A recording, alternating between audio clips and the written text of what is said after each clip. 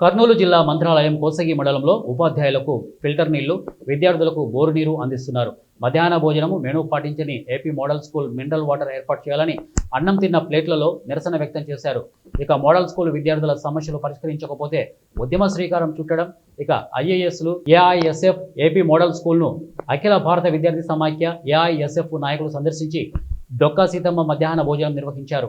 ఈ సందర్భంగా ఏఐఎస్ఎఫ్ జిల్లా ఉపాధ్యక్షులు మాట్లాడుతూ విద్యార్థులకు గురువారం రోజు పాటించాల్సిన మెమో కాకుండా సాంబార్ అన్నం పెట్టి ప్రిన్సిపల్ విద్యార్థుల పొట్ట కొడుతున్నారని అన్నారు. అలాగే మధ్యాహ్న భోజనం తిన్న విద్యార్థులు త్రాగడానికి నీళ్లు కూడా లేవని, ఉపాధ్యాయులు మాత్రం మినరల్ వాటర్ ప్రిన్సిపల్ రూమ్లో పెట్టుకొని తాగుతున్నారు. విద్యార్థులు మాత్రం శుభ్రం చేయని బోరు నీరు వదిలి త్రాగిస్తున్నారని చెప్పారు.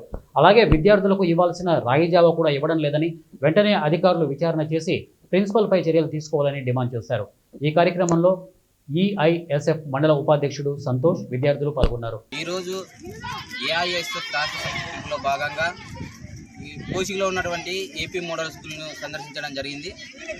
మధ్యాహ్నం భోజనం సందర్శిస్తే విద్యార్థులకు మధ్యాహ్నం భోజనం చేసిన తర్వాత చేతులు కడుక్కొని ప్లేట్లు కడుక్కోవడానికి నీళ్ళు ఉన్నాయి, కానీ త్రాగడానికి నీళ్లు లేవు. చేతులు కడుక్కునే నీళ్ళనే త్రాగునీరుగా వాడుకుంటున్నారు.